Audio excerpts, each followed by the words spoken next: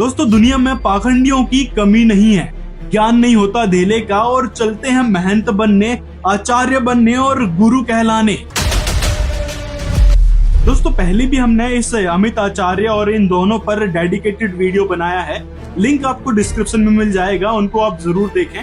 तो उन वीडियोस में हमने इस अमित आचार्य, ये शिवांश नारायण द्विवेदी और ये रुक्मणी माधव दास जैसे लोगों का पूरा पर्दाफाश किया है, उनके अज्ञान को उजागर किया है और इतने सारे प्रमाणों को देखने के बाद भी ये अपनी बौखलाहट से बाज नहीं आ रहे हैं और आएंगे भी नहीं, क्योंकि संत रामपाल जी महाराज ने जो श्रुति स्मृतियों के आधार पे भक्ति बताई है, उसमें सामंजस्य जो बिठाया है, उसके कारण इन लोगों की दुकानें बंद हो चली हैं। संत रामपाल जी महाराज ने ऐसा शास्त्र सम्मत ज्ञान बताया है जो लोग आज स्वीकार कर रहे हैं, क्योंकि हर एक बात संत रामपाल जी ने शास्त्रों से दिखाई है। भक्त समाज के परम हितैषी संत रामपाल जी महाराज ने भारत में ऐसे नकली और पाखंड से परिपूर्ण स्वयंभू गुरुओं के द्वारा फैलाई गई मनमानी प्रथाओं और शास्त्र विरुद्ध भक्ति के बारे में भक्त समाज को दिखाया है कि हमारे हिंदू धर्म के जो पवित्र श्रुति स्मृति है, यानी पवित्र सदग्रंथ है, वो क्या बताने लग रहे हैं और हमारे जो आचार्य हैं, महंत और जो धर्मगुरु बन बैठे हैं, वो क्या बताने लग रहे हैं और हमसे क्या करवाने लग रहे हैं। जैसे कि उदाहरण के तौर पे ये लोग कहते हैं कि व्रत रखो, जागरण करो। मैं प्रश्न करना चाहता हूँ ये अमित आचार्य से, क्या आप श्री कृष्ण जी को भगवान मानते हैं? यदि मानते हैं तो उनकी बातों को भी आपने मानना पड़ेगा। जैसे गीता जी और पवित्र पुराण में कृष्ण जी क्या कह रहे हैं, पहले तो देखिए गीता अध्याय 6 का श्लोक 16, यहाँ पर व्रत और जागरण के बारे में बताया है कृष्ण जी ने। हे अर्जुन, यह भक्ति ना तो अधिक खाने वाले की सफल होती है और ना ही बिल्कुल ना खाने वाले की, अर्थात यह भक्ति ना तो व्रत रखने वाले की, ना अधिक सोने वाले की और ना अधिक जागने वाले की सफल होती है। इसीलिए भगवत गीता के इस श्लोक में जागरण रखने और व्रत करने के लिए पूर्णतया वर्जित बताया है। इसी प्रकार यदि आप पुराणों को सही मानते हैं तो देखिए भागवत महापुराण के अध्याय 84 श्लोक 10, 11, 12 और 13 में यहाँ पर श्री कृष्ण जी कहते हैं कि केवल जलमय तीर्थ ही तीर्थ नहीं कहलाते और केवल मिट्टी या पत्थर की प्रतिमाएं ही देवता नहीं होती। संत पुरुष ही वास्तव में तीर्थ है और देवता है, परंतु संत पुरुष तो दर्शन मात्र से ही कृतार्थ कर देते हैं।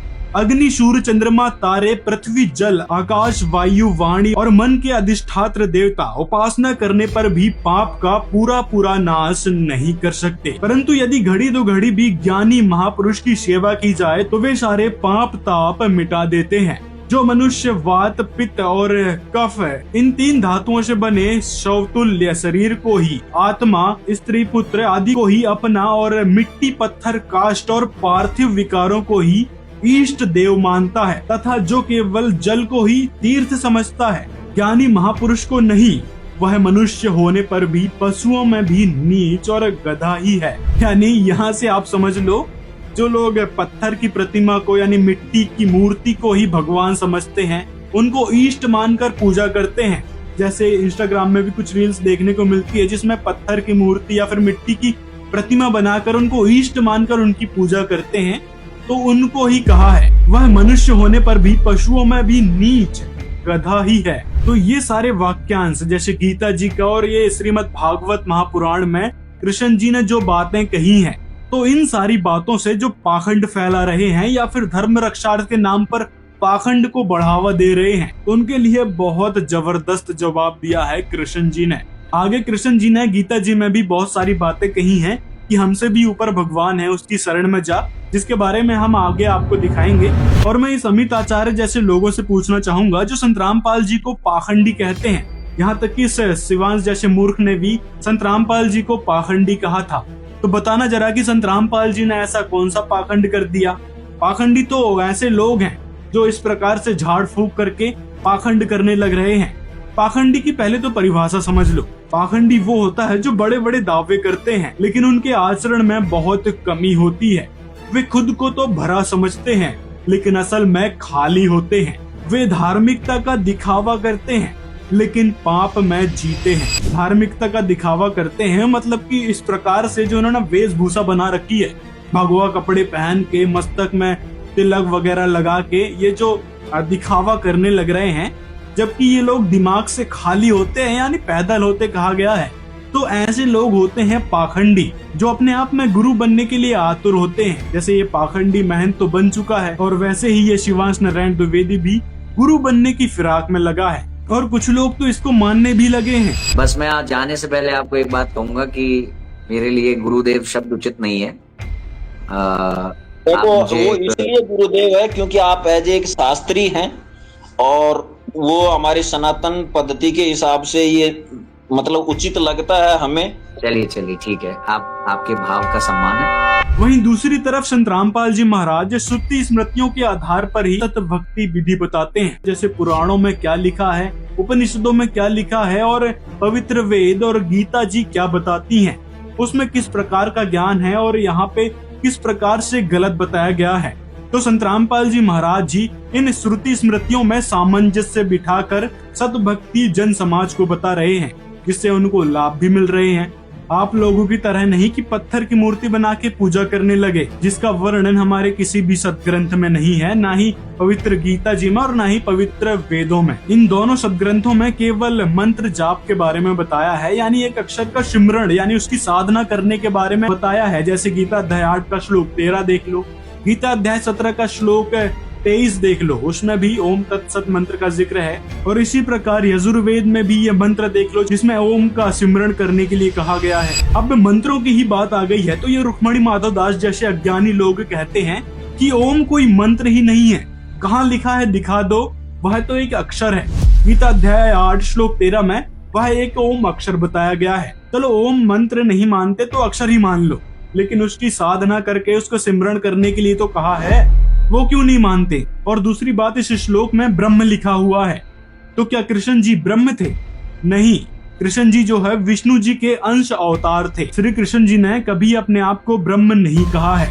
ब्रह्म के बारे में और भी पवित्र सदग्रंथ जैसे पुराणों में जिक्र है। उस ब्रह्म के बारे में आप देवी पुराण पढ़ोगे, शिव महापुराण पढ़ोगे, तो वहां पे ब्रह्म भक्ति कर ही नहीं रहे हैं, वो तो आप शास्त्र विरुद्ध आचरण कर रहे हैं। और शास्त्र विरुद्ध आचरण करने वालों के लिए गीता अध्याय 16 श्लोक 23 में कहा है, जो मनमाना आचरण करते हैं उनकी ना तो गति होती है, ना ही कोई कार्य सिद्धि होती है।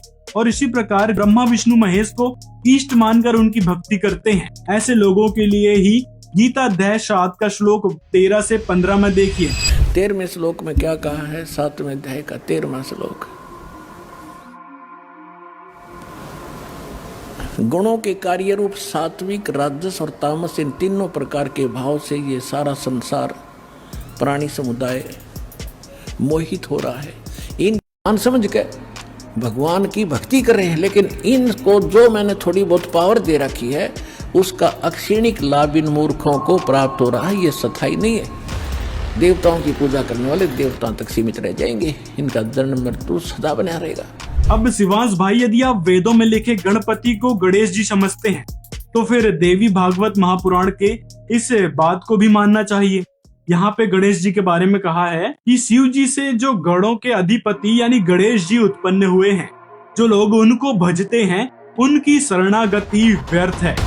अब आप जो गणेश जी की फोटो पीछे लगाकर दिखाने लग रहे थे कि हाँ यही है जो कबीर जी से भी सर्वश्रेष्ठ हैं, तो देवी भागवत महापुराण में गणेश जी के बारे में तो ये कहा गया है कि उनकी शरणागति भी व्यर्थ है।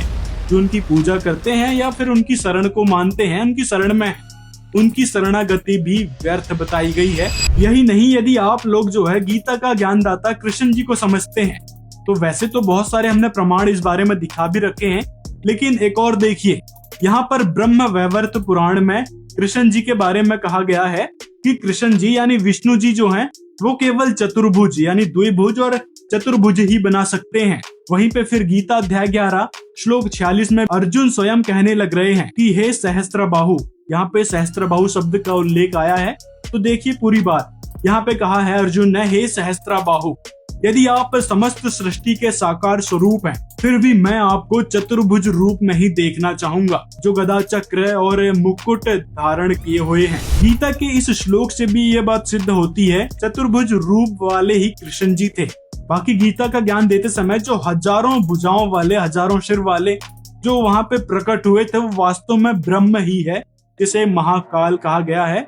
जिसे देवी भागवत महापुराण या फिर शिव पुराण में सदा शिव कहा गया है, तो ये वही है, ना कि कृष्ण जी। और उसी काल ब्रह्म ने ही गीता अध्याय 8 श्लोक 13 में अपना मंत्र बताया है जो ओम है। अब आते हैं अगले टॉपिक पे। जैसे हमने दिखाया था रामचरितमानस, वहाँ पे हनुमान जी स्वयं अपनी भक्ति के लिए, अपनी पूजा के लिए मना कर रहे हैं। तो शिवांश नारायण द्विवेदी जैसे कुतर्की लोग यहाँ पे अपना कुतर्क व्यक्त करते हैं। हनुमान जी की भक्ति लिखी है रामायण में? हाँ लिखी है, बताता हूँ कहाँ लिखी है। पन्नी छोड़ने का मतलब है कि मुक्ति। हाँ, हाँ हाँ। अब भैया तुलसीदास जी ने हनुमान चालीसा के लास्ट में क्या लिखा? 64 बार पाठ कर जोई छूटे बंदी। इसने हनुमान चालीसा की चंद लाइनों को पढ़कर ये कहने लगा कि देखो तुलसीदास जी यहाँ पर ये कहने लग रहे हैं हनुमान जी के बारे में। अब बताओ क्या कहोगे? वाल्मीकि जी की रामायण मानेंगे अब तो है? तो फिर हनुमान जी को ना मानने के लिए, एक मिनट, हनुमान जी को ना मानने के लिए रामचरितमानस का प्रमाण क्यों दिया? हनुमान जी को मानने के लिए तुम्हें वाल्मीकि चाहिए और ना मानने के लिए तुम्हें रामचरितमानस चाहिए। अरे मूर्खांस भाई, पहले तो ये बताओ कि हनुमान चालीसा क्या हनुमान जी ने बोली है? नहीं ना। हनुमान चालीसा में जो तुलसीदास जी हैं उन्होंने उनका वर्णन किया है, उनकी महिमा गाई है। और दूसरी तरफ जो रामचरितमानस है वहाँ पे हनुमान जी स्वयं कहने लग रहे हैं। और आगे रामचरितमानस में बहुत सारी बातें हैं, सुनिए क्या कहा है रामचरितमानस में आप जैसे अंध भक्तों के लिए। और अब हम तुम्हें बताएंगे प्रमाण कि तुलसीदास जी क्या कह रहे हैं। उससे तुम्हें घबराहट भी हो सकती है, हो सकता है तुम्हारा बीपी भी बढ़ जाए, तुम्हें चक्कर भी आने लगे, रोने का भी मन करे, हो सकता है तुम लाइफ से भाग भी जाओ। तुम्हारी हालत बहुत खराब होने वाली है, क्योंकि तुलसीदास जी जो खुद अपने लिए कह रहे हैं, अब हम वो दिखाने वाले हैं। आइए देखते हैं संपूर्ण रामचरितमानस। ये बालकांड है, यहाँ पे दिखाइए बालकांड है, दोहा नंबर 11 और श्लोक इसका दूसरा है और पेज नंबर ये 30 है। पे तुलसीदास जी कह रहे हैं, जो श्री राम जी के भक्त कहलाकर लोगों को ठगते हैं, संसार के ऐसे लोगों में सबसे पहले मेरी गिनती है। ये तुलसीदास जी कह रहे हैं, जो श्री राम जी के भक्त कहलाकर लोगों को ठगते हैं, संसार के ऐसे लोगों में सबसे पहले मेरी गिनती है। कपट के धंधों का बोझ ढोने वाले, जो धर्म की झूठी ध्वजा फहरा रहे हैं, कपट के बोझ को ढो रहे हैं, संसार के ऐसे लोगों में सबसे पहले उन्होंने अपनी गिनती बताई है। तो अब तुलसीदास जी ने अपनी स्थिति बता दी। अब उनकी द्वारा लिखित इस पुस्तक से जो धंधा चला रहे हैं उनकी क्या स्थिति होगी वो लोग आप लोग खुद समझ सकते हैं। 11 नंबर दोहा का श्लोक नंबर 3 पढ़ दें। अब पहला देखिए, जो कराल कलयुग में जन्मे हैं, जिनकी करनी कौवे के समान है और भेष हंस का धारण। कौवा क्या करता है? कौवा अपने स्वार्थ के लिए दूसरे जानवरों का मांस नोच के खा जाता है और भेष हंस का रखते हैं। जैसे आजकल के जो ब्राह्मण है, ज्ञान तो कुछ है नहीं और भेष ने त्रिपुंड लगा लिया, बड़ी बड़ी मालाएं पहन लिए, लाल पीले वस्त्र धारण कर लिए और संत बन गए। कहते हैं वेद मार्ग को छोड़कर जो कुमार्ग पर चलते हैं, वेद मार्ग को छोड़कर, जो वेदों में भक्ति लिखी है उस भक्ति को छोड़कर जो कुमार्ग पर चलते हैं। कुमार्ग कौन से हैं? कुमार्ग हैं जैसे श्रीमद् भगवत गीता में व्रत करना निषेध है, व्रत करना मना किया गया है और मूर्ति पूजा का वेदों में कहीं कोई वर्णन नहीं कि मूर्ति की पूजा करना। ऐसे लोग जो वेद मार्ग को छोड़कर चल रहे हैं, मनमाना आचरण कर रहे हैं, कुमार्ग पर चल रहे हैं, वो कपट की मूर्ति और कलयुग के भांडे हैं। ये तुलसीदास जी ने स्पष्ट कर दिया है। और फिर उसके बाद तुलसीदास जी ने तो स्वयं अपने कह दिया है कि अपनी बुद्धि के अनुसार श्री राम जी के गुण गाता हूँ। वो जितनी उनके अंदर बुद्धि थी उस बुद्धि के अनुसार वो श्री राम जी के गुण गा रहे हैं। मेरी अनेकों प्रकार की विनती को समझकर कोई भी इस कथा को सुनकर दोष नहीं देगा, क्योंकि उन्होंने ये अपना संविधान लिख दिया कि कल को आप मरेंगे और धर्मराज के दरबार में जाएंगे, वहाँ आपको दंड दिया जाएगा, आपको सताया जाएगा। तो आप वहाँ पर हम उनको दोष मत देना कि मैंने तो रामचरितमानस पढ़ी थी, मैं तो रोज पाठ करता था, वो मुझे क्यों दिया जा रहा है कष्ट।